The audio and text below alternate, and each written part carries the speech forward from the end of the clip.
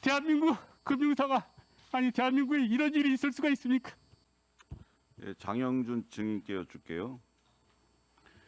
이종필 전 부사장하고는 친분 관계가 두터우시죠? 예, 맞습니다. 이종필 전 부사장한테 김부겸 후보자의 사위를 소개 받으셨죠? 예, 맞습니다. 직접 소개가 아니라 이제 그 만나뵈라고 해가지고 계좌 개설 때문에 만나뵙게 되었습니다. 그러니까 만나뵈라고 할 때 김부겸 후보의 사위라는 정보를 전해 주시던가요? 아니요, 그때는 알지 못했습니다. 언제 알았습니까? 이후에 펀드 가입하고 이후에 좀 어느 정도 지나서 이제 그때 이제 알게 되었습니다. 펀드 가입 후에 아셨습니다. 네네. 언제쯤 알았을까요? 펀드 가입 후 얼마 정도 후에? 크게 오래되지는 않은 걸로 알고 있습니다. 네. 정확한 시기는 기억나지 않습니다. 펀드 가입 후에 조금 있다가 예. 후보자 사위에게 직접 들으셨나요? 아닙니다. 이종필에게 들었습니다. 아, 이종필 부사장한테 들으셨어요. 네, 그냥 네. 김부겸 총리 후보자 딸 가족 및 관련된 회사가 테티스 11호 외에 추가로 가입한 펀드가 또 있나요? 저를 통해서 한 건 없습니다. 아, 그러면 장영준 증인을 통해서 한 것은 유일하게 테티스 11호 하나. 예, 맞습니다. 펀드 개설은 상품기획부하고 리스크 심의부를 거치도록 돼 있는데 예, 테티스 11호도 이 과정을 거쳤습니까? 예, 그런 걸로 알고 있습니다. 알고 있습니까? 아니면 거쳤기 때문에 이제 상품 설정이 가능합니다. 예, 거쳤기 때문에 상품 설정이 가능했죠. 네, 그런데 상품 기획부나 리스크 심의부에서도 이 펀드는 개설해도 좋다라고 허가락이 낮다고 추정해 볼 수 있겠죠. 예, 맞습니다. 네. 이종필 전 부사장이 전용 펀드를 만들어서 수백억 원의 불법 수익을 올린 것은 알고 계시죠? 정확히는 잘 모르겠습니다. 정확히 모르겠어요. 이제 언론에서 다 보도된 내용입니다. 네. 이종필 전 부사장이 전용 펀드를 만들어서 수백억을 벌었어요. 즉 일반인들이 가입한 펀드에 본인이 가입해서 일반인들과 이익을 얻든 손해를 보든 같이 해야 되는데 이분이 자기 전용 펀드를 만들어서 수백억 원을 불법 수익으로 올려서 금감원에 적발이 됐습니다. 테티스 11호도 그런 전용 펀드 중에 하나 아닌가요? 그 펀드의 성격은 제가 잘 모르겠습니다. 모르겠어요. 예, 그리고 제가 이제 언론을 접할 기회가 좀 없다 보니까 사실 아까 말씀하신 부분도 제가 모르고 있었습니다. 알겠습니다. 김경률 참고인께 여쭙겠습니다. 김부겸 후보 사위 가족도 피해자다라고 지금 후보자 측에서는 주장을 하고 있는데 어떻게 생각하십니까? 우선은 이제 피해라는 범주와 이제 특혜라는 범주는 다르다는 생각이 들고요. 뭐 이런 식으로도 비유해 볼 수 있을 것 같습니다. 일반 가입자들이 90% 손해를 받고 그리고 이른바 테티스 11호 펀드의 구성원들이 20% 손해를 봤다라면 이것도 역시 특혜가 아니겠습니까? 그런 의미에서 본다라면 지금까지 드러난 것으로 테티스 11호 펀드가 특혜 펀드가 아니다. 이렇게 말하기는 무리라고 생각합니다. 그러면 특혜다라고 주장하는 이유는 어떤 게 있을까요? 이제 의원님께서 띄우셨다시피 판매 보수, 환매 수수료, 성과 보수 이런 것들이 일반 기타 펀드들과 확연히 차이 나는 것. 이것이 이제 그러한 구성 요소들이고요. 또 하나 이제 그걸 이제 아까도 말씀드렸습니다만은 부인하기는 힘들 것 같고 또 하나 이제 두 가지 요소들 눈여겨봐야 될 대목. 우리 조수진 의원께서 질문하셨을 때도 말씀드렸습니다만은 저는 눈여겨보고 어떤 조사 대상이 되어야 할 것이 우리 의원님께서도 이제 앞서 언급하셨습니다만 지금 이게 장영준 증인이 법정에서 진술하기 이전까지 이 펀드에 대해서 누구도 몰랐습니다. 예, 네. 저 역시 누누이 강조하지만 실사 보고서를 통해서도 파악할 수 없었던 거고요. 또 하나는 이게 2019년 4월에 설정되어진 펀드라는 것 그리고 죄송합니다만 이제 조남은 기억이 안 나지만 이 지금 라인 펀드의 구성 그리고 상품 내역들이라고 하는 것이 쉽게 유동화되지 않는 거거든요. 명목상으로 하더라도. 그럼에도 불구하고 곧바로 환매가 가능하고 신청 후 4일 만에 환매가 될 수 있도록 설계되어졌다라고 하는 것은 다분히 특혜적인 요소가 가득하다 이렇게 생각합니다.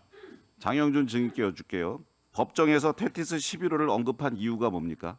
그때 피고인 신문 때 나왔던 제 질문이었고요. 그래서 그때 판사님께서 저에게 질문하셔서 제가 답변을 했습니다. 판사님이 테티스 11호에 대해서 어떻게 아셨을까요? 그거는 정확하게 모르겠습니다. 그 검찰 쪽에서 아마 얘기를 한 것 같은데 그 이유는 모르겠습니다.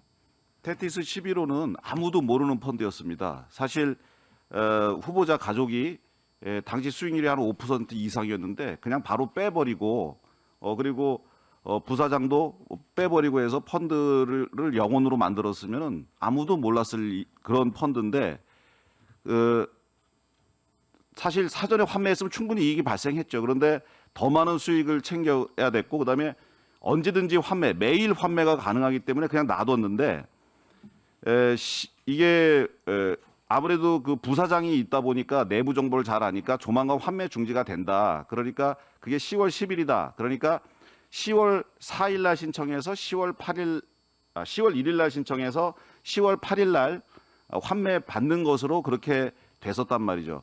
그러니까 사실은 아무도 모르는 펀드였는데 증인에게 검사나 판사가 물어봐서 노출이 된 겁니까?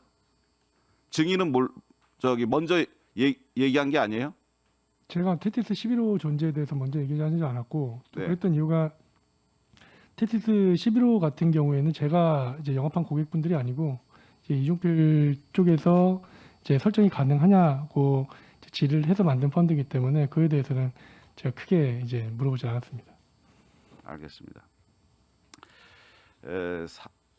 그게 지급이 안 된 이유는 뭘까요? 10월 8일 날 환매가 됐어야 되는데 원래 지급 중지일은 10월 10일이니까 예. 8일 날 돼야 되는데 안 된 이유는 뭐예요? 그때 유동성 부족으로 저는 원인을 알고 있습니다.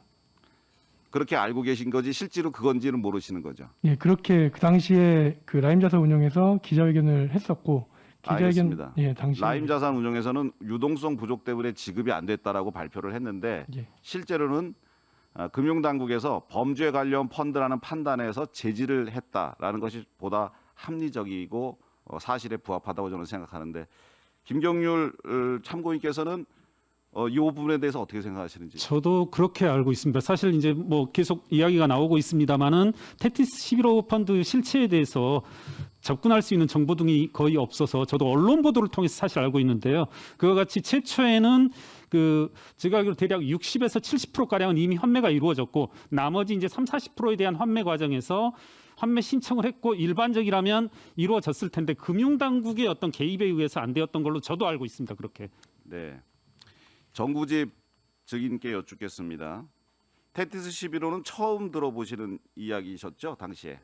이런 게 있다는 거를 모르셨죠? 예, 9월 17일 제가 장영준 재판에 참석을 했었는데요. 장영준 측 변호사 유모 변호사가 먼저 테티스 11호의 가입자들을 나열하면서 열거하는 것을 제가 들은 기억이 있습니다. 지금 400여 분 되시는 피해자분들의 대표를 맡고 계시잖아요. 네, 네, 그 중에 김부겸 후보 사위 가족도 피해자로서 참여하고 계신가요? 저희들은 그래주기를 바라고 있습니다. 아직은 가입이 안 돼 계신가요? 예, 왜냐하면 그동안 저희가 전혀 테티스 11호라든지 뭐 가입하신 사실을 저희가 몰랐기 때문에요. 예, 그렇습니다. 네. 이게 알려지고 나서 연락은 취해 보셨나요? 피해자로서 같이 공동 대응하시는 게 좋지 않겠느냐? 뭐 저희가 사실 뭐 그럴 엄두를 내진 못했었고요. 뭐 언론 보도에 나왔지만은 얼마 전에 그 총리 후보자님을 좀 뵙고 좀 피해자들의 좀 피 끓는 좀 심정이나 여러 가지 좀 내용을 좀 허심탄회하게 듣고 싶어서 좀 방문했던 적은 있는데요. 아직까지는 좀 많이 바쁘신지 시간을 안 내주셨습니다. 네. 이따 나중에 꼭 만나 뵈라고 전달해 드리겠습니다. 예, 감사합니다. 테티스 11호를 그 투자자 입장에서 테티스 11호 같은 펀드가 있다면 투자하시겠습니까? 그럴 제안 자체가 저희 일반인들에게는 안 올 것 같습니다. 만약에 상상을 할 수 없는 펀드입니다. 상상을 할 수 없는 펀드죠. 예. 자꾸 이 펀드가 정상적인 펀드라고 얘기하시는 분들은 이 펀드에 대해서 전혀 개념이 없으신 분들이라고 말씀드려도 될까요? 지금 한 400여 피해자분들이 계신데요. 네. 펀드 조건은 다 동일합니다. 한 달에 한 번 정도고요. 나머지 조건들은 다 뭐 그 찾는 기간도 한 달 이후고요. 운영 보수도 아까도 말씀드렸지만 뭐 대신적은 하도 가짜 자료를 뿌려서 이게 옳은지는 모르겠는데 운영 보수를 뭐 0.5에다 성과 보수 8% 넘을 때 50% 라임 자산이 가져가는 것도 동일하고요. 피해자들이 사실 테티스 11호를 알게 됐을 때 진짜 경악을 했습니다. 그때 피해자들한테는 2천억 피해를 입히고 정말 금융사라고 볼 수 없는 사기 집단 같은 대담한 사기 행각을 벌이면서 그 뒤로는 이런 펀드를 만들어가지고 팔 수가 있습니까? 그리고 그 펀드 내에 가입자가 누군지 알고서 정말 피해자는 정말 뭐 어떻게 말을 하지 못했습니다. 대한민국 금융사가 아니 대한민국에 이런 일이 있을 수가 있습니까? 그런데도 가해자들은 아주 당당히 궤변을 들어놓고 있어요. 피해자들 중에 저 조건 중에 일부라도 제안을 받은 사람이 단 한 명이라도 있는지, 그런 제안을 단 한 명한테라도 했는지 제가 지금 여기 나와 보셨으니까 한번 물어보고 싶습니다.